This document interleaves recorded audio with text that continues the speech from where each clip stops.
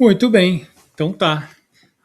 De novo, boa noite, Carlise. Agora começando para valer, Carlise, Ana Paula, Carol. O restante da turma vai chegando aí no andar da carruagem. Uma alegria assim maravilhosa vocês participarem, estarem aí dando apoio. Ana Paula aqui em Portugal, 11 horas da noite. Ana Paula acordada, Carol também, 11h10, né? Os insones aí. Mas vamos lá, vamos em frente. Então, turma, assim, vocês não fazem ideia de como tá incrível a preparação desse material, sabe? Dessa nossa nova fase, esse cruzamento da obra da Joana, Encontro com a Paz e a Saúde, com a Ecologia Profunda. Tá assim, olha, eu, eu fico boquiaberto com as conexões, com a complementaridade, sabe? Entre uma obra e outra. É incrível. E aí o meu desafio acaba sendo resumir o conteúdo porque é fácil extrapolar, sabe? E acabar gerando uma apresentação muito grande, porque as conexões são profundas, profundas entre uma coisa, entre uma ideia e outra, não é? A Joana e a ecosofia. Então, assim, vamos lá, né? Ah, e o que mais me preocupa, né, gente? Tava falando com a Ana Paula aqui, com outra amiga, com os amigos lá do Centro Espírita aqui de Ilhavo, é perceber que os espíritas não aproveitam Joana de Ângeles em sua totalidade. Isso aí me deixa angustiado. Por isso que a gente está nesse trabalho aqui, né, de divulgação dos demais, do legado completo da Joana, né? E assim, então a gente vai, e assim, viu, gente, eu tô num processo de construção, tá? Eu cheguei numa mecânica de trabalho, de criação, né, de elaboração desse trabalho. E assim, sejam muito críticas, tranquilamente críticas para sugerir, para propor outras ideias, outras conexões, tá bem? Porque é um aprendizado mesmo, viu? Isso aqui para mim está sendo fantástico e está sendo uma novidade também. Então vamos lá, a gente começa. Para a Carlise ter uma ideia, eu coloquei assim: um quadro em azul com as ideias da Joana e um quadro verde com o paralelo ou a complementaridade da ecologia profunda, da ecosofia. Eu adoro esse nome, ecosofia, eu acho tão bonito. É a sabedoria da ecologia. É uma coisa assim, eu acho muito bonito. Então, assim, na obra da Joana tem uma parte ali que é experiências humanas e evolução do pensamento, que é do instinto à consciência cósmica. Então, assim, a Joana explica que essa evolução do ser humano ela é biológica, psicológica e espiritual também. Não é? É uma evolução montada num tripé. E se ela é biológica, minhas amigas, isso pressupõe interdependência com a natureza e com todos os seres. Ponto. E isso quem diz não sou eu, é a Joana também. E assim, a Joana propõe uma visão integradora do desenvolvimento humano, desde as experiências mais primitivas, o nosso início lá, como os primatas ancestrais, até o despertar de uma consciência realmente cósmica. E assim, de novo, se a Joana fala de consciência cósmica, isso pressupõe, tá? Que nós pensemos, e eu coloquei entre aspas aqui, sistemas solares, interconexões gravitacionais, ou seja, isso pressupõe um sistema, sabe? Consciência cósmica pressupõe a gente entender que somos parte, fazemos parte de um grande sistema, de um grande ecossistema universal, todo interconectado, sabe? Gravitacionalmente, metaforicamente falando, né? Tem uma estrela que atrai os planetas atraem as luas, os satélites, e assim a gente vai caminhando. É uma rede de atrações, de influência, sabe? Isso é consciência cósmica, segundo a Joana. E segundo a ecologia profunda diz que ela vai, não é, além do nível da chamada ciência hoje, factual, digamos assim, até o nível da sabedoria sobre um eu total, um eu orgânico. É muito bonito isso, um eu total. Tanto que o eu que está no livro é um eu com um E maiúsculo, uma sabedoria do eu total com a Terra. E vai muito além, sabe, a ecologia profunda. Vai além de uma aproximação superficial aos problemas ambientais que a gente está enfrentando hoje. A ecologia profunda tenta, então, assim, estruturar uma visão global, sabe, cósmica, que nem a Joana, que nem a Joana. E mais, tá? A ecologia profunda fala muito de uma visão religiosa e filosófica. E eu coloquei religiosa aqui em vermelho, tá? Por um motivo muito simples, não é religiosa como a gente imagina. Ah, rituais, igreja, sabe? Não, não é nada disso. É uma religiosidade, é uma religação bem diferente, direta com a natureza. É uma religação a nível da experiência. Tanto que os princípios básicos, viu, gente, da ecologia profunda são a intuição, isso é muito legal, tá? Intuição, isso tem a ver muito com mediunidade também, e experiência profunda da relação entre nós e a natureza, experiência. E essa experiência profunda é o que a ecologia chama, né, a ecosofia chama de uma visão religiosa, é nesse sentido, sabe, que eles tratam de religião. E é muito legal isso, gente, é fantástico. Tem, assim, ecósofos aqui, e a gente vai falar ao longo da nossa trajetória aqui de alguns deles, não é? Que falam sobre isso, sabe? Sobre rituais.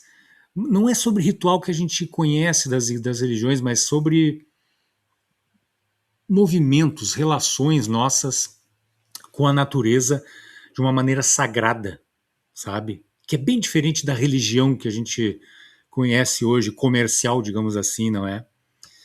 E assim a Joana vai adiante aqui no mesmo tema, experiências humanas e evolução do pensamento. Ela faz um apanhado, tá, gente? Ela percorre a nossa evolução desde lá dos antropóides, dos primatas, até o que ela chama de homo tecnológicos. Olha que interessante.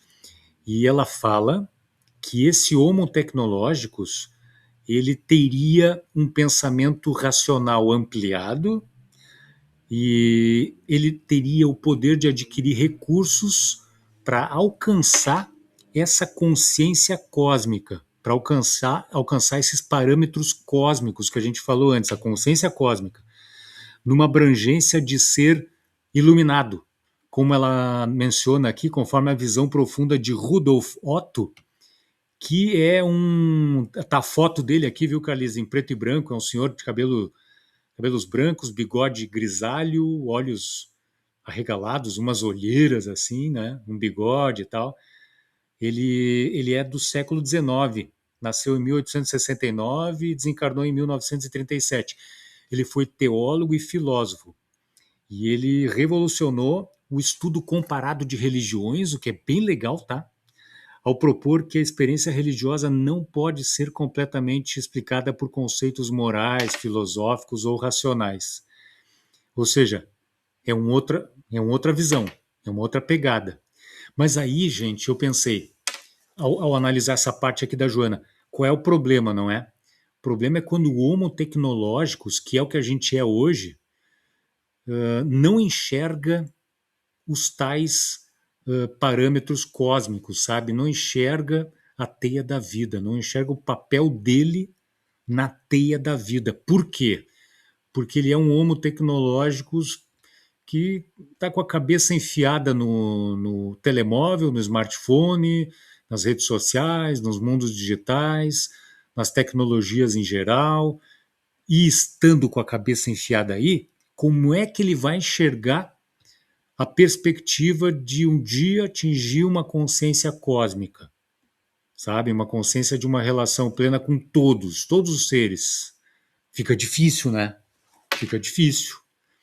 Então, assim, do lado, isso aqui é o lado da Joana, tá? Do lado da ecologia profunda, tem um cara.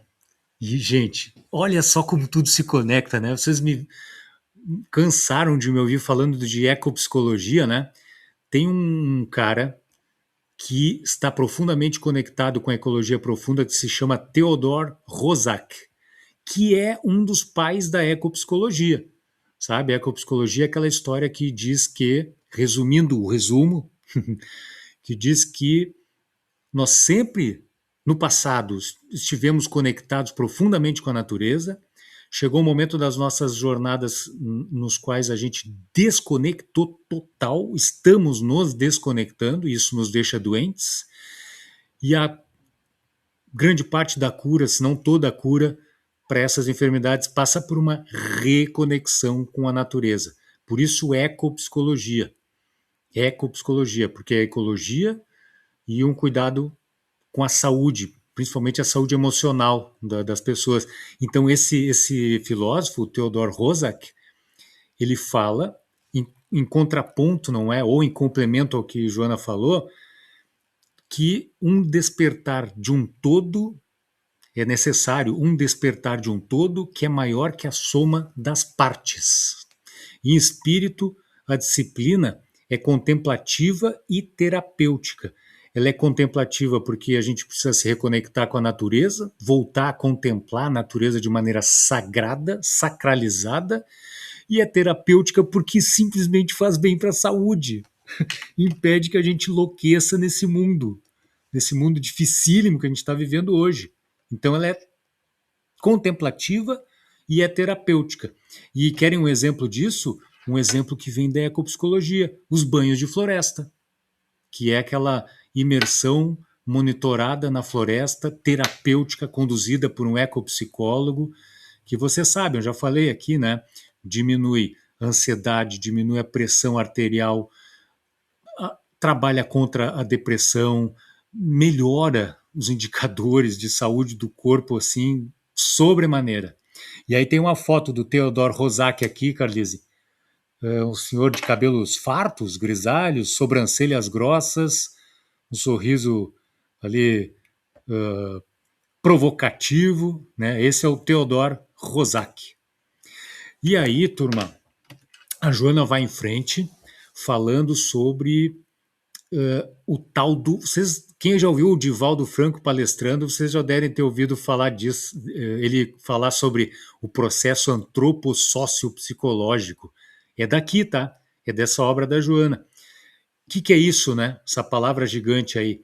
É um processo que examina a evolução do psiquismo humano em conexão com o corpo físico, com o meio social, com o corpo emocional da pessoa, por isso que é psicológico, e inclui aqui também, nesse processo antropossociopsicológico, a sociedade planetária. A natureza está incluída aqui. Joana cansa de falar nisso. Em, no mínimo 33 referências da Joana, não só nessa obra, mas em outras, ela inclui no jogo a sociedade como um todo, a natureza, o reino vegetal, o reino animal, nesse processo antropossociopsicológico. Então, assim, é fantástico isso. E ela fala do psiquismo humano, não é? Ela faz esse recorrido da jornada humana. O psiquismo humano se desenvolveu através de inúmeras reencarnações, cada ganho numa vida era transferido para a encarnação seguinte, de modo que se transformasse numa possibilidade de crescimento e de riqueza interior que, por sua vez, nos permitem uma consciência cósmica. Consciência cósmica. Então ela fala, olha, essa parte aqui eu achei muito interessante, tá? Depois vamos conectar com a ecosofia. Desse modo, a vida na floresta agressiva, lá nos primórdios, tá? Dos nossos ancestrais, o medo surgiu-lhe como a primeira emoção, porque não era fácil os nossos ancestrais viverem lá, né, naquele ambiente hostil. Então, assim, o medo foi a primeira emoção, acompanhando as sensações primárias do prazer alimentar, do repouso e do sexo, da reprodução, que se irá transferir de geração em geração até os nossos dias. E transfere-se até os nossos dias, minhas amigas, com o que os psicólogos, os terapeutas tratam aí aos montes, não é? O CVV aí no Brasil, Voz de Apoio aqui em Portugal, que são as variantes de receio nos dias de hoje, tá? Receio, pavor, fobias, transtornos psicológicos e por aí vai. E aí, minhas amigas, tem uma ideia, sabe, que eu reflito muito sobre ela e eu torcendo para que eu esteja errado, tá? Mas a lógica me parece tão certa, tão, enfim, o que é? O que eu penso? Se nós temos as nossas jornadas multiexistenciais, né? Vivemos muitas vidas, desde todos os reinos, inclusive o animal. Imagina o seguinte: semeadura de transtornos psicológicos de um reino a outro. Se a gente impõe hoje a dor e o sofrimento aos animais, por exemplo, e esses animais são espíritos, o espiritismo confirma isso, e outras tantas doutrinas filosóficas. Se os animais são espíritos, e são, e vão percorrer os seus caminhos até chegar ao nosso estado de Homo sapiens, se nós impomos a dor e o sofrimento, por exemplo, às vacas, aos bois, que são aí carneados, enfim, eles sofrem, eles adquirem um estresse traumático gigantesco, uma ansiedade gigantesca. Será? E eu acho que a resposta, infelizmente, é sim.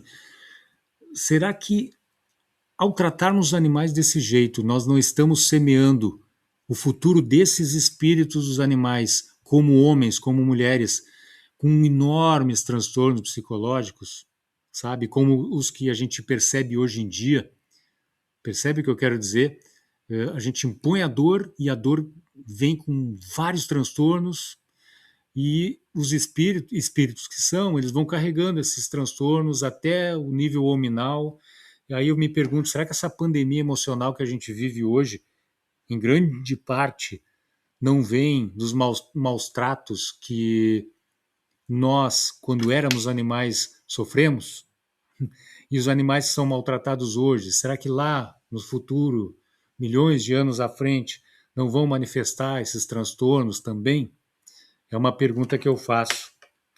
E não sei, eu tenho pensado muito sobre isso e me parece que faz algum sentido. Enfim, para a gente refletir, tá? E aí a conexão desse tal processo antropossociopsicológico da Joana com a ecologia profunda.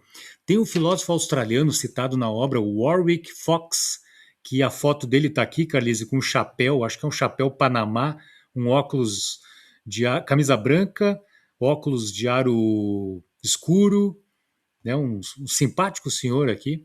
Ele diz o seguinte: é a ideia de que não podemos estabelecer uma divisão ontológica no campo da existência. O que é a tal da ontologia? Né? Eu fui procurar porque eu não sei.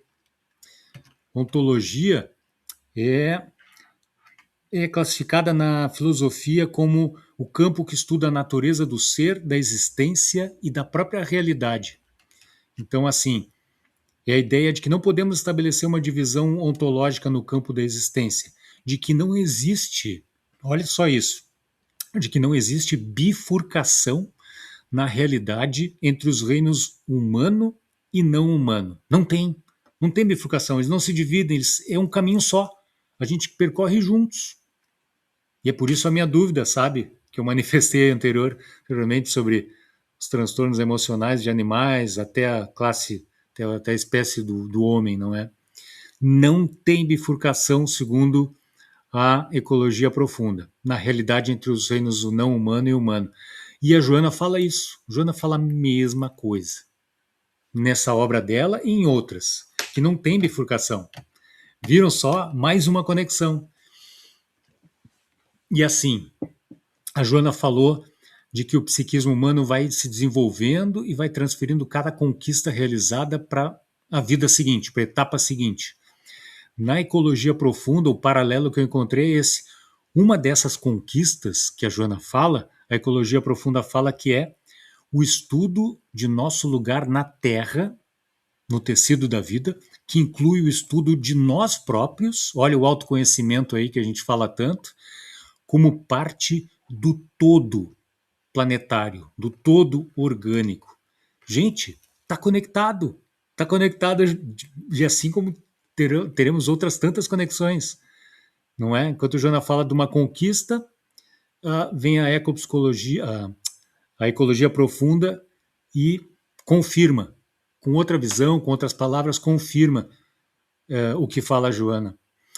E se Joana fala sobre os receios, os pavores, as fobias dos dias atuais, a ecopsicologia. Gente, fiquei com a ecopsicologia na cabeça, que eu adoro essa ciência. A ecologia profunda fala do seguinte: olha só, não desistir de interrogar a vida humana, a sociedade e a natureza, no estilo socrático, sabe, da filosofia do Sócrates. Sócrates perguntava, fazia pergunta, perguntava, questionava, perguntava, mas e por quê? Mas e por que tem que ser assim? Mas e por que é assim? Interrogar o porquê, e isso a ecologia profunda fala, tá? Interrogar o porquê dos receios, dos pavores, das fobias, dos desequilíbrios, não é? E interrogando o porquê, oferecer os caminhos de uma reconexão com a natureza para que a gente resolva, cure, trate dos nossos receios, dos nossos pavores e das nossas fobias. Então, gente, tá fantástico, tá lindo demais isso, essa conexão entre as duas obras. Porque assim, é uma afirmando a outra, uma completando a outra. Que mais? Ainda sobre o tal processo antropossócio-psicológico. A Joana fala, por exemplo, dos fenômenos que aconteciam quando as árvores se incendiavam, não é? Ela fala assim, com descargas elétricas, a observação das árvores que se incendiavam quando as descargas elétricas das tempestades as atingiam, ou graças à autocombustão daquelas árvores que são resinosas, sabe? Nos fortes períodos de seca, impeliu o homem a atritar pedaços de madeira e de pedras, copiando a tecnologia da natureza, copiando aquilo que ele observava na natureza. E assim, produzindo faíscas e descobrindo fogo de inestimável serventia. Isso aqui é uma espécie de biomimética, tá, gente? O que é a tal da biomimética? É o homem elaborando ferramentas, tecnologias copiadas da natureza para servir aos interesses do homem. E isso foi de uma inestimável serventia, diz a Joana. E aí, no lado da ecologia profunda, em complemento a isso que a Joana está falando, a ecologia profunda bate muito na tecla que o Espiritismo fala demais, que é a interdependência universal. Joana e a ecosofia reconhecem que está tudo interligado. Não há existência isolada, mas uma vasta, imensa teia de relações da qual todos nós participamos. Qual é o problema aqui, tá, gente? Qual é a encrenca aqui? O problema é que esquecemos que nós, seres humanos, estamos abusando da tal da serventia que a Joana falou. A Joana disse, não é? Que imitar a natureza, usar os recursos da natureza é de inestimável serventia. O problema é que nós estamos abusando da natureza nessa questão da serventia. E a ecologia profunda manifesta isso, denuncia isso a cada momento, esse exagero no uso dos recursos da natureza por parte do homem. Eles falam o tempo todo, gente, o tempo todo. E olha só, nesse ponto aqui, olha o ponto em que vai entrar Joana e olha o ponto em que vai entrar a ecosofia. Gente, é incrível, é incrível. É uma descoberta atrás da outra, uma conexão atrás da outra. A Joana fala, então, quando ela discorre sobre a história do ser humano, não é? Num determinado momento da história humana, surgiram as trocas de mercadorias com outros grupos humanos, o comércio, né? Compatibilizando a produtividade, o que sobrava aqui da produção da minha aldeia, com o que faltava na outra aldeia, não é? Então, assim surgiram as permutas, o comércio. E essas permutas, com o tempo, viabilizaram o surgimento de objetos de valor, objetos raros, a circulação de pedras preciosas, moedas, dinheiro, não é? Surgiu então o dinheiro. surgiu a encrenca, então, na nossa vida. Surgiu a encrenca, porque com o dinheiro veio a ambição, veio a busca por lucro sem fim, veio a exploração da natureza em nome do lucro, em nome das permutas, enfim, encrenca. Numa palavra, encrenca. Encrenca. E nesse sentido, a Joana fala na obra dela que por isso e por conta disso o pensamento humano então acabou avançando para uma conquista de um novo estágio, um estágio egocêntrico, não é?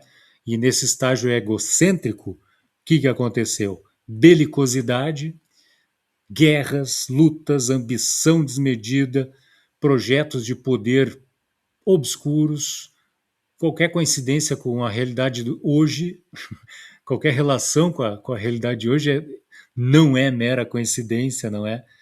Então, assim, essa fase tormentosa da vida humana, que se estende até hoje, desgraçadamente, incitou o homem, então, ao recrudescimento da violência. Sempre que ele não conseguia ganhar aquilo que ele queria. Que nem uma criança mimada. Não ganho brinquedo, não ganho doce, então vou partir para a briga. Vou partir para a briga, vou quebrar todo o parquinho. Essa que é a colocação da Joana nessa parte do seu livro Encontro com a Paz e a Saúde. Então, assim, esse recrudescimento da violência reavivou os instintos agressivos, transformou o homem, ou grande parte das massas humanas, em algo insensato, não é? Mas que, por outro lado, pela professora Dor, diz a Joana, não é? E acho que podemos concordar com ela, preparou, então, caminho para o avanço da razão, não é? Porque na medida que sofremos muito com a dor e com o desequilíbrio que a dor provoca, então assim, aos poucos, pouco a pouco, bem pouco a pouco, não é? O homem compreende que o mundo pertence a todos, não é? Que a vida é um patrimônio superior, como a Joana fala, que não pode nem deve ser malbaratado por questiúnculas de significado obscuro, pernicioso. E aí as questiúnculas do nosso mundo hoje, né, gente? É ambição, são os projetos imobiliários que movem guerras, é a priorização, por exemplo, do deus petróleo ao invés de matar a fome de muitos outros seres. Eu postei um vídeo esses dias nas redes sociais fazendo essa comparação, né?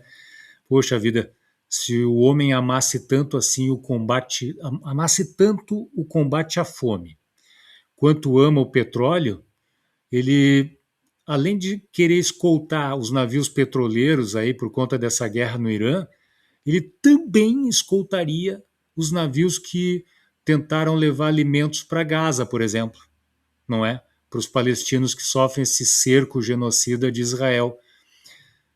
Então, puxa vida, né? Se a gente amasse o combate à fome tanto quanto ama o Deus petróleo, quantas coisas, não é? Resolveríamos. E aí o lado da ecosofia, não é? De um lado, Joana fala da encrenca, que é o surgimento das moedas, dos metais raros, dos objetos de valor, e a ecosofia fala da consciência ecológica e a ecologia profunda, que apresentam um contraste nítido com a visão dominante do mundo hoje, com a visão dominante das sociedades tecnocrático-industriais, que veem os seres humanos e os não humanos, não é, como isolados de tudo, compartimentalizados, passíveis de exploração total, infinita. Algo lamentável, uma separatividade da natureza e da criação. Então aqui a ecosofia complementa o que a Joana está falando. Assina embaixo. E assim, a ecosofia também amplifica aquilo que eu falei antes, né, do questionar, né, perguntar por quê? Tá, mas e por que tem que ser assim? Por que o sistema tem que ser assim?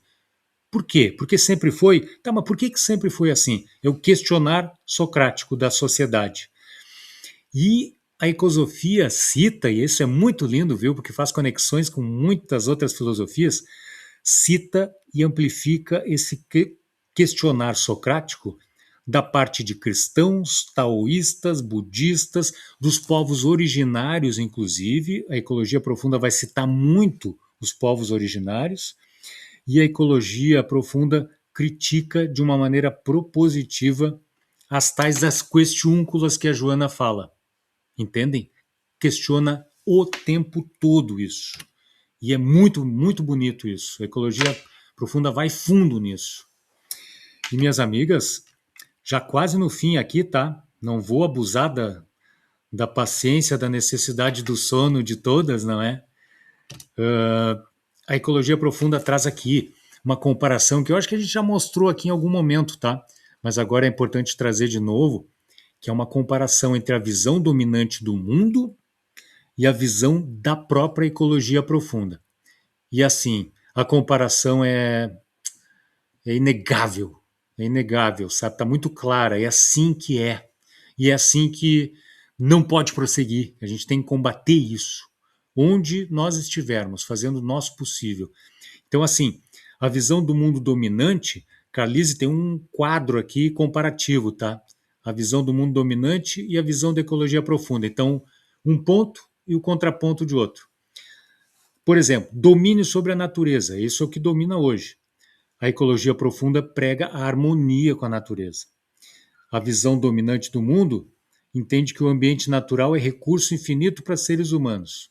Na ecosofia, toda a natureza tem valor intrínseco, inclusive a igualdade de espécies. Todas as espécies têm seu valor muito grande. Na visão dominante de mundo, crescimento material e econômico para uma população humana crescente. Tem que crescer mercado, né, gente? Óbvio, se o sistema é de crescimento infinito, o mercado tem que crescer muito também. E para crescer muito tem que ter muita gente, muita população. E isso é uma coisa que a ecologia profunda vai falar mais adiante, a gente vai conversar em outros momentos. Tem alguns filósofos ali que dizem que o ser humano cresceu demais, ficou muito espaçoso, ocupou muitos espaços do planeta. E, puxa vida, a gente vai ver isso mais tarde, em outro dia, quando chegar a essa altura do livro. Parece que é verdade. Parece que é verdade. A ecologia profunda prega, então, necessidades materiais mais simples, simplificar a vida. A visão de um mundo dominante, uma crença em amplas reservas de recursos, quase infinitos. A ecologia profunda nos alerta que são suprimentos limitados que o planeta oferece, então tem que agir com parcimônia. A visão dominante crê num progresso altíssimo tecnológico. Do outro lado, a ecologia profunda defende uma tecnologia que seja apropriada, sabe? Não é para ser uma ciência dominante, não é para a tecnologia digital, por exemplo, determinar o nosso futuro. Os caras se reúnem lá e dizem: ah, o futuro vai ser isso. Quem disse? Quem disse que nós queremos que seja assim? Não é? Quem disse que a natureza vai ser preservada com essa determinação de futuro, por exemplo, dos deuses aí do mundo digital? Não, não é. A visão de mundo dominante, finalizando essa parte, prevê uma comunidade nacional e centralizada. E o outro lado da ecosofia propõe uma tradição minoritária. A gente vai ver mais adiante o que é esse conceito, que é muito bonito, tá, gente? É muito bonito. E prevê o conceito de biorregião também, que é fantástico. É fantástico. E a ecosofia fala de vida simples, não é? Aí tem imagens aqui, viu, Carlise, de exemplos de homens, de sábios aí da história, que viveram de uma maneira muito simples. Tem a figura ali do Diógenes, da Grécia Antiga, que vivia num barril, tinha um pratinho, uma colher e um barril. É isso que ele queria. E queria poder tomar banho de sol.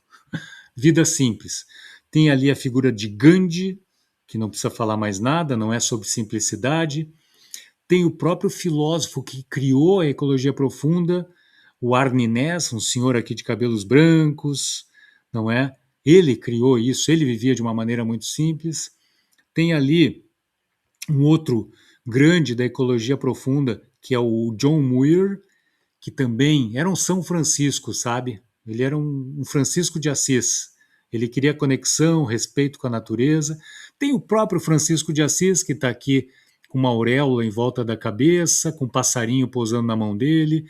Tem o Buda ali meditando sobre uma árvore que, puxa vida, ele deixou a vida riquíssima no palácio, trocou tudo isso por uma vida extremamente simples e conectada com a natureza. E o próprio Jesus, né? O próprio Jesus que também fez questão de dar o exemplo de uma vida muito simples, muito, muito simples. Que mais? A visão de mundo dominante, a Joana fala sobre isso também, né? O que o Ecosofia fala, a Joana fala. Ela diz que o pensamento racional, com mais dificuldade, passou a dirigir-lhe os atos do homem, a ampliar-lhe o conhecimento, a fazê-lo melhor entender os mecanismos existenciais e as infinitas possibilidades de realização, dando lugar à ciência, a tudo que nós vemos hoje, não é? De rico das tecnologias, telecomunicações. E aqui o ponto: diminuindo os espaços físicos do planeta, fala a Joana. Eu destaque isso, vocês vão entender por quê. Prolongando a existência orgânica e tornando-a menos aflitiva e propondo uma legítima fraternidade que a todos deve unir. No entanto, eu destaquei isso aqui também, ainda está longe do alcance desse objetivo que a Joana descreveu muito bem.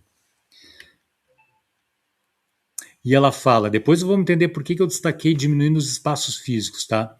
Ela fala ainda que enquanto alguns já podem pensar mediante concepções abstratas em torno da vida e dos valores éticos, outros ainda caminham pesadamente na sociedade, vivenciando experiências primárias, gerando situações conflitivas, inclusive psicologicamente falando, não é? Exigindo recursos severos e educativos para melhor entrosamento nos grupos sociais onde transitam. Olha só. E assim a ecosofia ecoa tudo isso, tá, gente? Esse caminhar que a Joana fala, esse caminhar pesado, muitos ainda caminham pesado na sociedade atualmente, não é? Esse caminhar pesado deixa rastros e deixa rastros ecologicamente altamente nocivos, não é? A ecologia profunda fala que o nosso caminhar é pesado, entre aspas, é espaçoso. E aqui eu conecto, tá, com o que a Joana fala ali, diminuindo os espaços físicos do planeta. O nosso caminhar é espaçoso porque nós ocupamos espaço da natureza, limitamos a vida dos outros seres, porque nós somos espaçosos, nós precisamos de espaço, precisamos de pastos, grandes plantações, grandes monoculturas, fábricas, cidades imensas. E o nosso caminhar é pesado, assim como fala a Joana, né? Muitos ainda caminham pesadamente. A ecosofia fala a mesma coisa.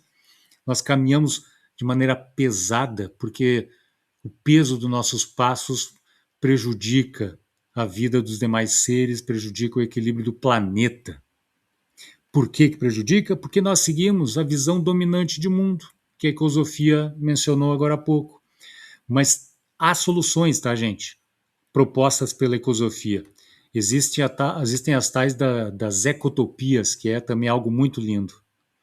Joana fala também, e aqui já estamos indo para o final, tá? E fiquem à vontade aí para dar os pitacos. Fala de um processo religioso e legislativo na sua obra, na obra da Joana, tá? E o que é isso, não é? É um processo que analisa como o ser humano desenvolveu suas crenças e os sistemas de organização social. Como é que nasceu o sagrado, não é?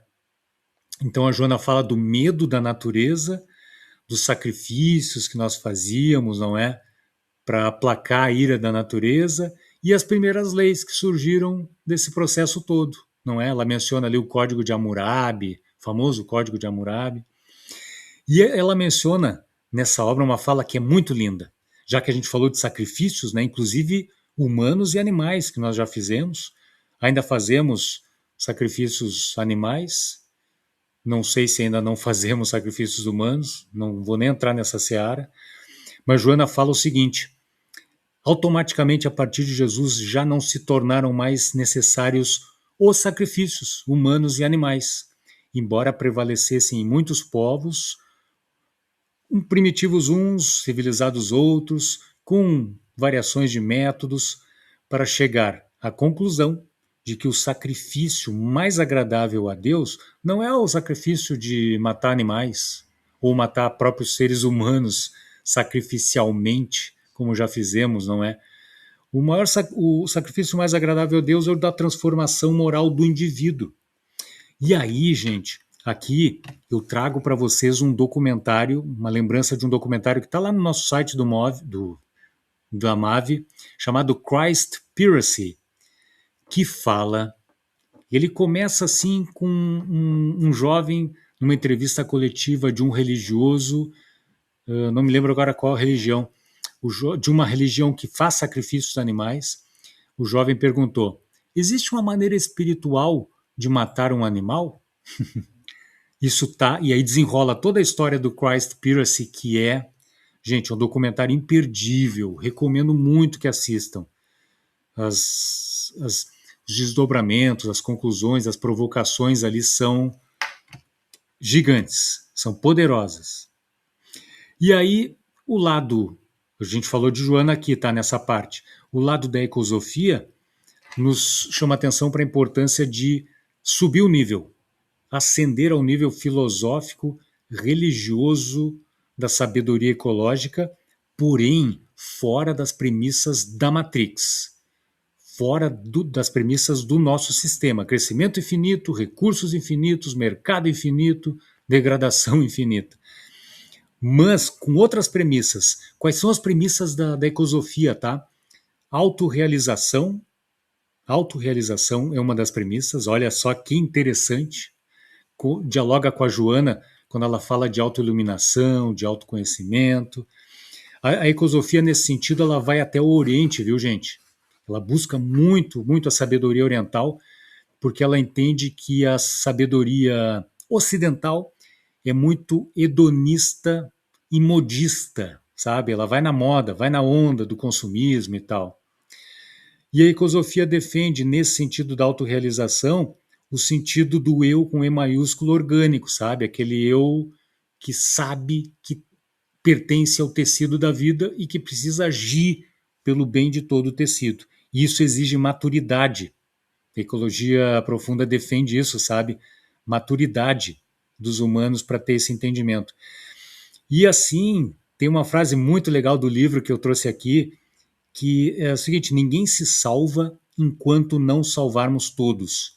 Esse é o sacrifício mais agradável a Deus, que a Joana fala também. Esse é o sacro ofício. É lindo isso que fala a ecologia profunda. E assim, a transformação moral que a Joana fala no livro encontra o seu correspondente na ecologia profunda na parte da orientação que eles fazem sobre meditação e sobre questionar socraticamente o sistema. Perguntar por quê? Mas por que tem que ser assim? Por quê? Por quê? Por quê? E mais por quê? Então, assim, uma complementa a outra, gente. E é fantástico isso. E a outra premissa da ecosofia é a igualdade biocêntrica, viu, turma? Tudo na biosfera tem um direito igual à vida natural, a florescimento, tem direito à autorrealização. E isso me lembra o budismo, viu? Que o Buda falava que todos os seres sencientes podem atingir a autoiluminação. O Buda dizia isso. E olha como se conecta com a ecosofia. Tem um filósofo muito importante na ecosofia, o Aldo Leopold, que fala que os humanos são cidadãos comuns da comunidade biótica do planeta e não senhores ou donos de todas as demais espécies. Então, assim, a ecologia profunda defende que, na prática, o impacto humano no planeta deveria ser mínimo. Por isso que defende uma vida mais simples. Está aí, uma lógica conectada com a outra. E as nossas necessidades, conforme essa ideia da igualdade biocêntrica que a gente está falando aqui, quais são? Comer, ter acesso à água, abrigo, amor. Olha como a ecologia profunda aumenta. E Joana fala a mesma coisa. É comer, água, abrigo, preservar a natureza, amor, expressão criativa. E olha que interessante que a ecologia profunda traz relações íntimas. Com quem? Com a paisagem, com o cenário, com a natureza, com o ambiente, relação íntima com a natureza e amadurecimento. E assim, mais adiante nós vamos avançar nessas implicações psicológicas, sociais e ecológicas dessas premissas aqui que a gente está falando da ecologia profunda, tá? Que é a autorrealização e a igualdade biocêntrica. Gente, é lindo demais, e não apenas lindo, é importante e urgente, não é? E um pouquinho mais sobre essa igualdade biocêntrica, tá? Já quase terminando, tá, gente? E essa frase é bacana, eu tirei direto do livro, da Ecosofia. A predação mútua é fato biológico da vida. Né? A gente vê isso no reino animal. E muitas religiões se defrontaram com as implicações espirituais desse fato. Muitas religiões não se relacionaram bem com essa ideia da predação mútua. Tanto que ainda existe o sacrifício animal, por exemplo, não é? E nesse sentido, existem muitas contradições. Gente, isso aqui é fantástico também. Chocante, assustador, desafiador, provocador e, ao mesmo tempo, claro, cristalino. Eu vou passar aqui para vocês eu vou tentar descrever, tá, Carlise? É um trailer de um documentário que fala sobre isso, sobre essa contradição das religiões que defendem a vida, mas que, por outro lado, permitem, até estimulam o ataque à vida, né? Sacrifícios, a exploração do reino animal. Então é um documentário chamado Muco, Contradição na Tradição. Vamos rodar aqui e eu vou descrevendo para Carlise. Cenário aí no Ganges, na Índia, um barquinho.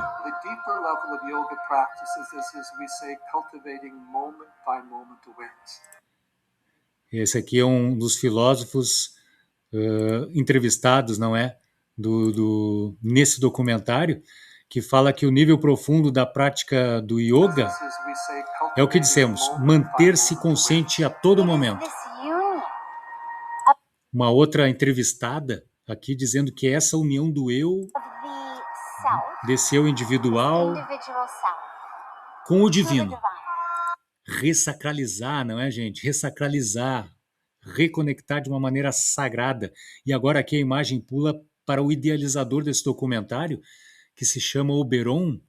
É um cara incrível. Eu tive assim o privilégio de fazer uma live com ele no Move para ele falar sobre o documentário. Cara fantástico. E assim, é tudo sobre yoga, tá? Mas acaba tratando do tema que a Joana está tratando aqui e da ecologia profunda também. My name is Oberon. I was born and live in a rural Minas Gerais. O que eu fiz? Ele se apresentou, disse que o nome dele é Oberon, ele nasceu e viveu na zona rural do estado de Minas. Minas Gerais State, Brasil. Mostra ele e o irmão dele trabalhando ali, enfim, no documentário. Quando você sente o amor incondicional, você sente que amou de um jeito que você nunca amou antes. Eles decidiram então viajar e escutar líderes espirituais, e aí mostra eles preparando a viagem, não é?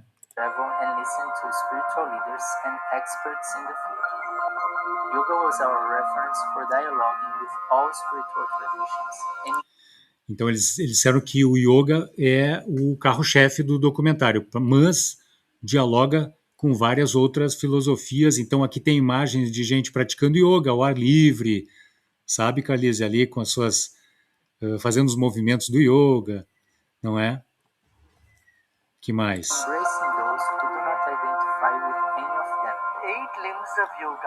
O yoga tem 8 membros. O primeiro membro chama-se Yama, que significa as regras. E aqui são vários entrevistados ao longo do documentário que vão dando esses toques assim, que são fantásticos. Aqui essa imagem faz um corte com o Oberon entrando num grande templo, que eu acho que é um templo jainista na Índia. Acho. É o estágio mais avançado do Dharma, a ahimsa, não violência. As pessoas praticando yoga, ao ar livre, Oberon praticando ao ar livre. Your words, actions will all come together. Ai. Aqui uma entrevistada dizendo que o Patanjali, que é uma grande figura do budismo, diz que a prática do yoga conecta as pessoas, conecta os seres, conecta a todos nós com essa consciência cósmica. Deixa eu avançar até onde eu parei aqui, que eu fiz uma barbeiragem. Your words, actions will all come together. É fantástico. O que eu estou dizendo é que eu tenho sentimentos, muitas vezes eu só penso nos meus próprios sentimentos, especialmente nos tempos modernos. Tudo que pensam é sobre si mesmos. Nós só sabemos parte da história, isso é um crime ambiental.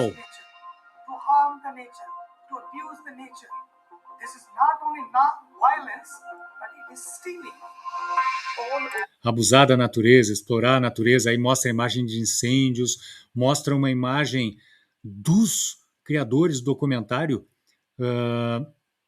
documentando ali um momento em que estão a carregar vacas que não podem ser em tese sacrificadas ou mortas na Índia para cruzar a fronteira da Índia com outro país ali, acho que é o Paquistão, se não me engano, onde eles vão sacrificar os animais. Eles são yogis, eles são ali de tradições religiosas que defendem os animais. Então, assim, eles demonstram com esse documentário, gente, a contradição, como as religiões se complicaram e se contradisseram nesse sentido. Então, assim, é uma exploração profunda dessas contradições, é um documentário para abrir mentes, abrir mentes. E assim, Joana fala então ainda um pouquinho mais sobre esse processo religioso e legislativo, e a gente fala dos deuses com D minúsculo, não é?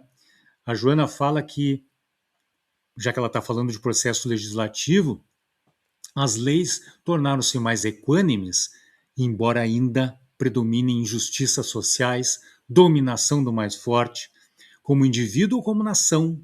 É o que a gente está vendo hoje, né, minhas amigas? Nações, indivíduos que estão intimidando a outros através dos poderes econômicos, políticos ou bélicos.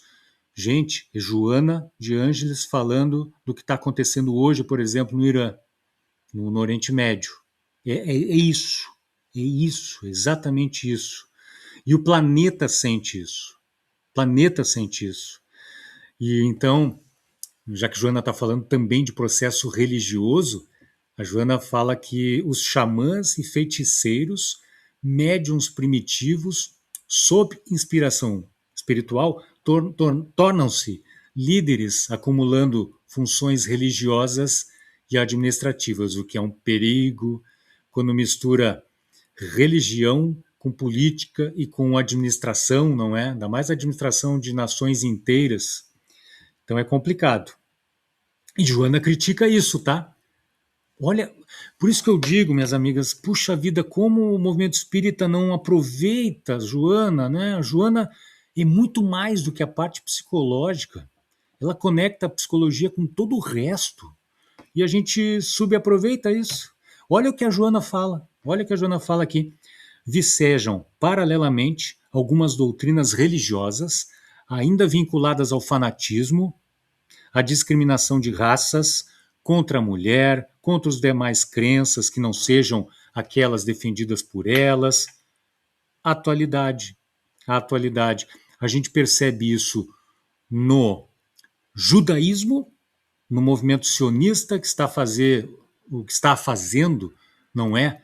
Na faixa de Gaza, em todo o Oriente Médio, não é? Por motivos religiosos fanáticos e outros motivos mais, que nem vamos entrar no mérito aqui, discriminação contra a mulher, não é? Alguns outros países islâmicos também que têm uma relação muito problemática contra as mulheres e contra outras crenças, enfim. É Joana analisando a atualidade. E qual é a parte complementar da ecologia profunda a tudo isso que a Joana está falando, não é? Joana falou de um lado, que as leis ficaram mais equânimes, embora ainda predominem as injustiças, os problemas, e por outro lado, a ecosofia complementa, porque ela diz que a visão dominante do mundo hoje, da Matrix, as suas ferramentas, incluem intimidação e incluem leis duvidosas. E o planeta sente isso. Então, assim, a ecologia profunda concorda gênero, número e grau com o que a Joana está falando aqui. E aí, qual é a visão, já que a Joana está falando tanto de religião, não é? Qual é a visão ecosófica da religião? Olha só, gente. Olha, ela critica a visão judaico-cristã, que coloca a natureza como uma serva, uma servidora do homem, sabe? Uma servidora muito desrespeitada. A ecosofia entende a espiritualidade baseada na interdependência, na interrelação com todos os seres da natureza. Isso lembra o shintoísmo, viu, gente? Não sei se vocês se lembram disso, mas a gente falou do shintoísmo no Japão, que é uma filosofia muito bonita, assim, aonde as pessoas rendem graças aos espíritos dos seus ancestrais, os espíritos dos animais, gratidão, sabe? Gratidão, agradecem por graças recebidas desses espíritos. Os espíritos das montanhas, dos rios, das florestas, o shintoísmo é muito bonito nesse sentido. E a visão ecosófica da religião defende que a reconexão com a natureza é, obviamente, urgente. O que, por sua vez, conecta com a ecopsicologia, que defende a mesma coisa. Então, mais adiante, eu quero trazer algumas coisas da Dolores Lachapelle, que é uma ecósofa, e ela tem os seus rituais, eu coloquei entre aspas, tá? Ela tem os seus rituais de reconexão com a natureza, que eu ainda não sei, tá? Que eu tenho que ler o livro dela para poder trazer aqui, mas que eu vou trazer. E eu tenho certeza que será surpreendente. Ih, a voz está indo. Natureza e saúde mental dentro do processo religioso da Joana, religioso e legislativo, ela fala que, para resumir, a evolução da inteligência aconteceu, alguns valores ético-morais melhoraram, mas o egoísmo ainda é a regra. O egoísmo ainda é o problema. Vaidade, o poder, a sedução do poder, do dinheiro, o poder militar, a influência, enfim. E tudo isso impacta na natureza. Ela diz, impacta. Poluição na atmosfera, gases venenosos, mares, rios, lagos poluídos, florestas destruídas, vidas vegetais e animais. Ela fala tudo isso aqui nessa obra. Agressão ao meio ambiente. E ela diz, olha só, fantástico isso, porque é uma bandeira que a gente levanta, natureza e saúde mental. Ela diz que, indubitavelmente, esse efeito todo aqui é fruto amargo da poluição mental e do atraso moral do ser humano, que ainda não atingiu o nível do pensamento cósmico, que a gente falou lá no início. A consciência cósmica não atingiu. E sendo mentalmente poluído, obviamente o homem acaba poluindo todo o resto. E poluindo todo o resto, ele dissemina transtornos emocionais, dissemina depressão, ansiedade, solidão não desejada, toda sorte de conflitos, tá? E de problemas que são não apenas epidêmicos, como fala a Joana, são pandêmicos mesmo, não é? E que, por sua vez, fazem com que o ser humano procure as fugas espetaculares, através do álcool, do vício, dos vícios em geral, enfim, toda a sorte de desvios, não é, de distrações. E a Joana fala aqui, outra bandeira que a gente levanta, que por conta de tudo isso aumentam os suicídios diretos e os indiretos, bem como a agressividade que desborda em violência urbana, violência contra as minorias, contra os vulneráveis, contra as mulheres, feminicídios, agressão, tudo isso é impacto dessa poluição mental que ataca a natureza, que devolve os seus efeitos para o ser humano e alimenta esse ciclo vicioso que aqui, como a Joana fala no final, que são responsáveis também pela miséria social, econômica, educacional, da saúde, do repouso, da alimentação. Então está tudo conectado, minhas amigas, está tudo conectado, é angustiante, por isso que eu estou na estrada aí, porque as pessoas precisam entender essas conexões e colocar mãos à obra. E a ecologia profunda fala então que agora somos conscientes de que a saúde física não pode separar-se da saúde mental e a saúde do indivíduo não pode separar-se da saúde do meio ambiente. Não pode, não tem jeito, não tem como. Deixa eu ver quanto mais falta aqui, porque eu não quero abusar da confiança e da paciência de todas, né? Deixa eu ver. Vamos lá, estamos quase lá. E aí, essa parte é muito, muito, muito importante. Joana fala do encontro com a plenitude. Ela descreve, então, esse estágio mais avançado do pensamento humano, que é essa consciência cósmica, uma cosmovisão. Então, assim, ela diz que o fato de atingir essa consciência cósmica não significa que as nossas dificuldades, as nossas encrencas não estão ali para ser resolvidas. Pelo contrário, estão. Então, essa consciência cósmica vale para dentro de nós e vale para fora. Vale para o meio ambiente e para a vida. E assim a gente vai compreendendo mais e melhor as coisas que acontecem no mundo e acontecem dentro da gente. Claro, não sem desgastes, né? A gente sofre com isso. Mas para isso tem ajuda, tem apoio para a gente vencer esses desgastes, não é? Então, Joana avança na questão do pensamento harmônico, do equilíbrio psicofísico, não é? E que mais? Certamente essas conquistas, essa conquista de uma cosmovisão, não se trata de uma autorrealização que conduz ao egoísmo, a uma indiferença ao que passa em volta. Não são aqueles yogis, a gente estava conversando isso, né, Carol? Não se trata daqueles yogis que fogem do mundo para entrar no processo de meditação, alheios de todos os problemas da sociedade. Não, podem ser os mesmos yogis que fazem essas meditações, mas irradiando energia, por exemplo, para o planeta. Fazem esse esforço, sabe, de isolamento, de privações materiais, muitas vezes, em prol do planeta.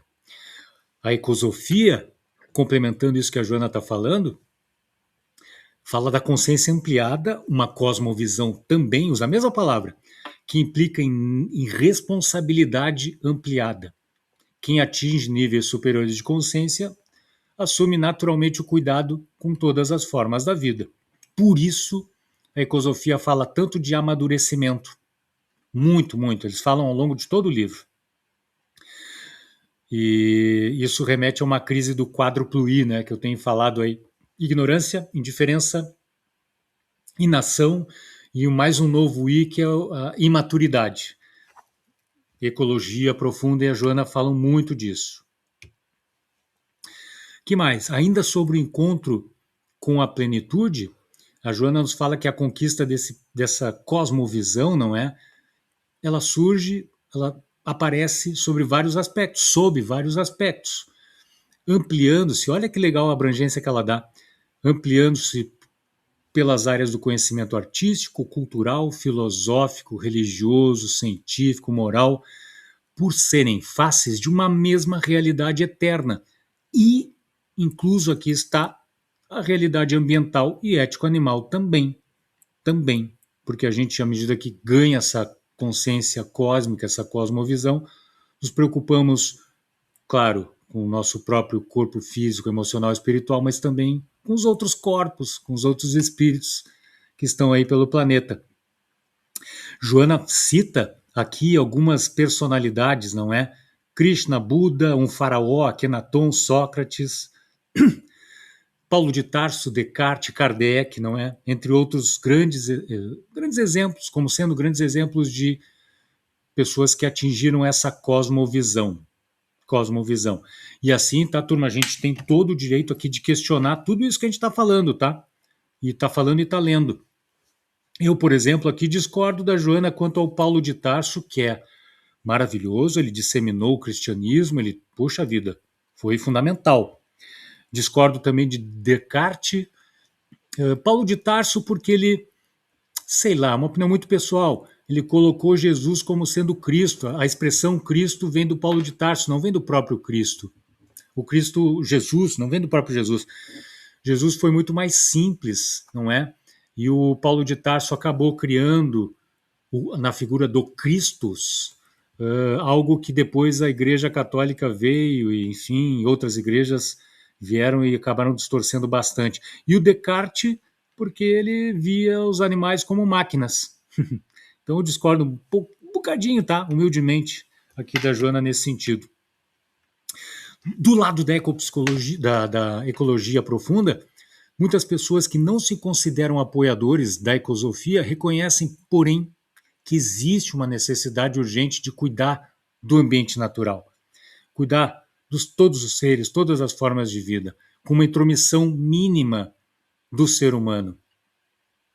E aí eu faço uma ponte com a obra da Joana, Após a Tempestade, onde ela fala tudo isso que a ecologia profunda fala aqui, sabe, intromissão mínima, menos lixo, menos radiação, menos chuvas ácidas, menos resíduos na natureza e por aí vai. Joana fala tudo isso na obra Após a Tempestade.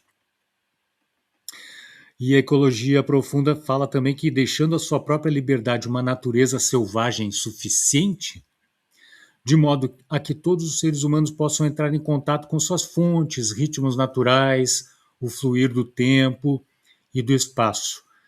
Eu fico um pouco preocupado quando a ecologia profunda fala em natureza selvagem suficiente. Quem é que determina o quão suficiente é? Qual é o tamanho dessa suficiência da natureza selvagem? É que eu fico um pouquinho em dúvida.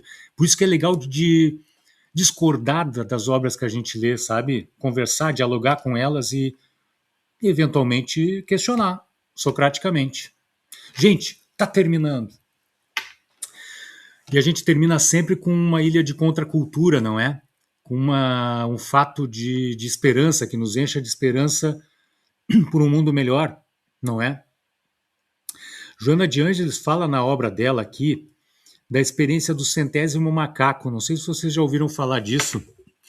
Numa ilha japonesa, foram atiradas batatas doces aos macacos da ilha. E mesmo que eles tentassem, eles não comiam porque a batata doce ficava suja de areia. Mas aí um macaco muito inteligente resolveu lavar a batata doce na água e comeu. E ele então começou a se alimentar das batatas. E daqui a pouco ele foi imitado pelos demais macacos, sabe? Então todo mundo acabou comendo batata doce, que por sinal é muito bom, né? Quando o centésimo macaco repetiu isso, os pesquisadores, esse doutor Leo Watson, ele percebeu que os macacos das demais ilhas próximas, que não tinham contato com essa ilha onde começou o experimento, eles estavam fazendo a mesma coisa. Eles estavam lavando as batatas doces. Quem é que transmitiu esse conhecimento? Se não tinha contato direto. Como é que foi isso? Sabe? É um fenômeno incrível, fantástico. Recomendo que saibam mais, né, que explorem mais isso. Esse fenômeno da transmissão de experiência certamente ocorreu com os homens primitivos, que diante do medo vivenciaram o avançar ou recuar, lutar ou fugir, não é? Porque esse preâmbulo aqui, tá?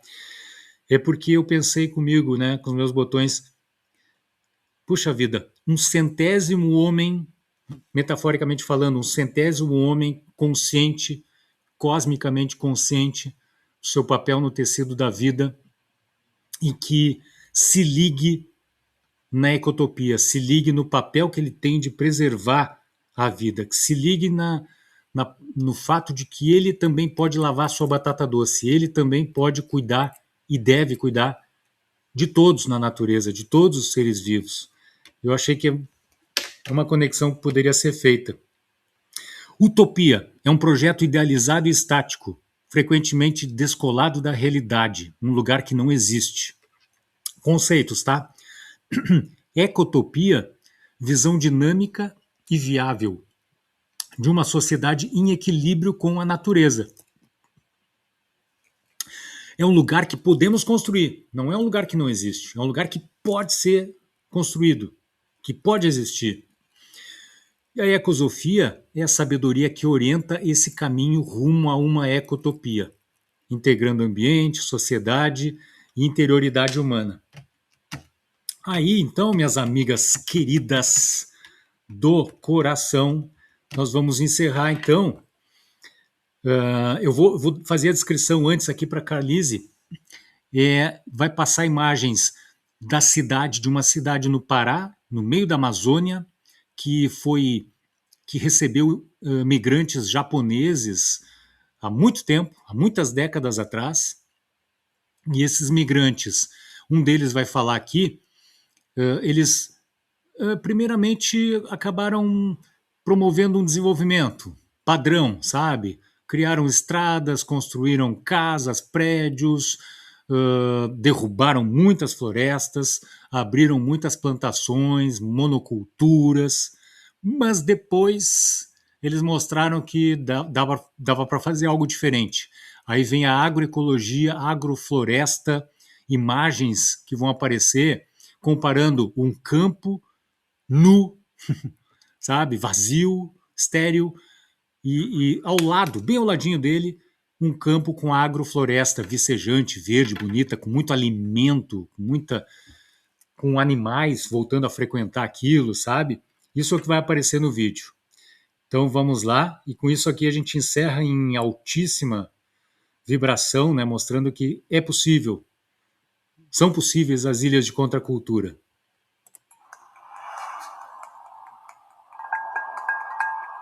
Se não estiverem ouvindo, me avisem, tá? Quando os japoneses chegaram em Tomé Açu, eles encontraram uma mata como essa, mas eles derrubaram as árvores, eles construíram estradas, e com isso, grande parte daquela floresta original foi destruída. Mas hoje eles estão fazendo o caminho inverso. Eles estão usando técnicas milenares japonesas e práticas que eles aprenderam observando os ribeirinhos para produzir alimentos enquanto reflorestam aquelas áreas. Viu? Nascido no Japão, Michinori Konagano se mudou com a família para o Brasil quando tinha 2 anos. Meu pai construiu com minha mãe pequena casa e também pequeno plantio de pimenta. Então, a gente já entramos nessa casinha para a gente começar a produzir pimenta, hortaliça, criação de galinhas, sim, criação de porco.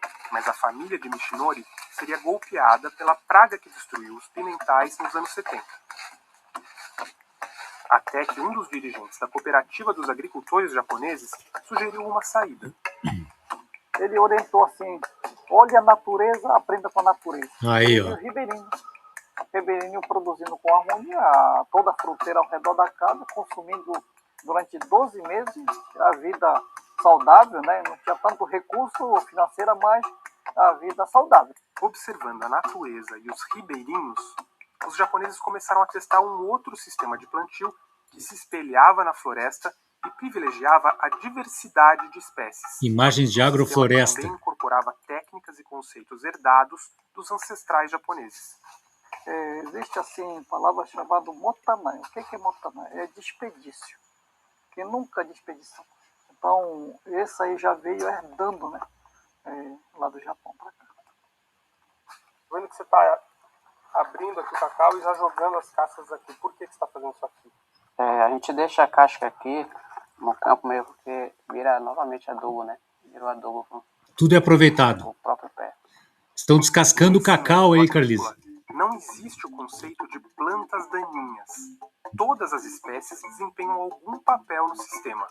Não tem praga. Agrotóxicos e fertilizantes químicos jamais são usados. E até mesmo insetos são bem-vindos.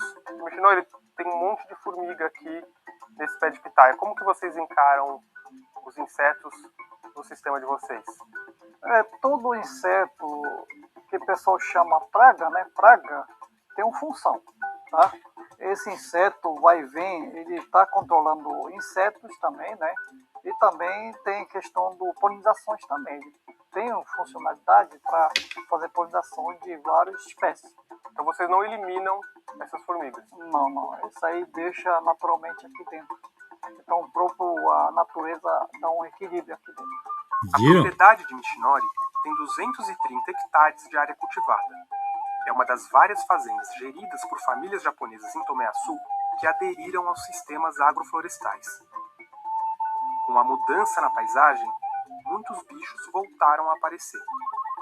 Nós temos cupuaçu, cacau, açaí, pimenta do reino e também várias espécies florestais. Tá? Produzimos 12 meses do ano. Então está riquíssimo de animais aqui dentro. Tem preguiça, tem raposa, tem preguiça reais, que já está até extinção, né? Nós temos aqui na floresta, ninguém caça aqui, só preservam. Tem tatu, paca, gambá, tem muito assim, né, gaviões durante o dia, à noite, coruja. A linha separa a agrofloresta de Michinori da fazenda vizinha. 15 anos atrás, toda essa área... Essa é a parte que mostra, de um lado, o campo nu, assim, né? Derrubado, e do outro lado a agrofloresta verde, bonita. Sensacional isso. Era uma grande pastagem degradada. Quando você começou a trabalhar nessa área, como que ela era? Era tipo assim uma área degradada, que nós estamos aqui ao lado esquerdo da gente, né, enxergando aqui, propriedade já totalmente aberta, era cultivo de pimenta no passado, era uma área assim já abandonada. E só em 15 anos vocês conseguiram fazer com que ela ficasse desse jeito, assim, com aspecto de floresta fechada. Sim, sim. Tudo foi escolha de variedade de espécies também. 15 anos. 15 anos virou o jogo. Hoje o cacau é o carro-chefe da produção de Michinori e de várias outras famílias vizinhas. Um cacau de alta qualidade e que passa alguns dias em processo de fermentação e secagem antes de ser exportado. Eu imagino o privilégio deve ser sentir esse cheiro, né, da fermentação do cacau, né, bem forte, bem gostoso. Né? Alguém está com vontade de comer chocolate aí? A qualidade já pelo cheiro, né? Essa amêndoa, boa parte dessa amêndoa de qualidade primeira, qualidade 1, exportado via a cooperativa para o Japão, uma empresa chocolateira. É difícil imaginar que os mesmos agricultores que criaram esses canteiros abundantes ajudaram a destruir a floresta no passado. Hoje eu sinto assim culpado ter derrubado, queimado, né, com um palito, um fósforo, incendiamos toda a floresta, né, então queimamos, viramos cinza, aquela matéria orgânica virou toda cinza e a degradação foi muito grande naquela época. Agora, Michinori se dedica a dividir com outros agricultores do Brasil e outros países o que ele aprendeu. Eu vejo assim, imensidão de gente necessitando, né? Precisamos alimentar essas populações. Então, por que não passar esse conhecimento para todo mundo, né? Independente de colônia japonesa? Esse é o meu pensamento particular.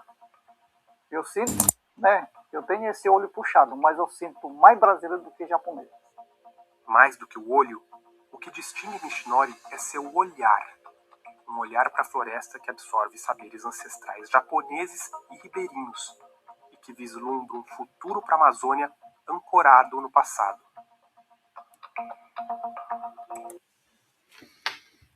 Fantástico, né, gente? Tem jeito, né? 15 anos. 15 aninhos e pronto. Mudou tudo na floresta. Minhas amigas, era isso. Por favor, sejam críticas, tá? Esse é um trabalho diferente, é uma preparação diferente, uma apresentação também diferente. Então, assim, vocês vão me ajudar a melhorar esse negócio, tá? Então, sejam críticas. Sejam mesmo críticas aí. Deem os seus pitacos, o que a gente pode fazer para melhorar. E assim, vocês perceberam, as conexões estão aí, não é? Gigantescas. Era isso, minha gente. Fala aí, minha amiga. Olha, Roberto, só para dizer que eu conheço os teus níveis de trabalho, mas este é um trabalho francamente profundo. Eu estava aqui a perguntar a mim própria se algum dia ia conseguir fazer a leitura e a interconexão de 2 livros que, apesar de tudo, têm estas pontes que tu encontras assim bem fortes, não é? Ok, a mensagem de Joana é o que é, e eu não conheço o livro da Ecologia Profunda, não é? Mas conhecê-lo assim, em interação, ele transforma-se num livro mais, para mim, mais perceptível. Desculpa a ignorância. Mais assimilável, mais. Uhum. Olha, é trocar por miúdos. É a expressão certa. Eu estou de coração cheio, não sei. Penso que toda a gente estará. Parabéns. É um trabalho que te deve dar aí muitas gotinhas de suor intelectual também. Não é só espiritual, não é só, não é? Olha, muito obrigada a ti e à Carol, que eu sei que com certeza há de dar aí o seu grande aporte, e um grande abraço e, olha, muita gratidão. Vamos lá, tamo junto. Às vezes o HD mental aqui dá umas queimadas, viu? Sai um cheiro de queimado assim, aí eu tenho que parar. Mas vamos lá, vamos em frente. Obrigado, minha amiga, obrigado de coração. E é isso, turma. É isso que temos para hoje. Vou deixá-las dormir, não é? Carlise, obrigado por estar aí. Sei que está no teu horário também de descanso, né?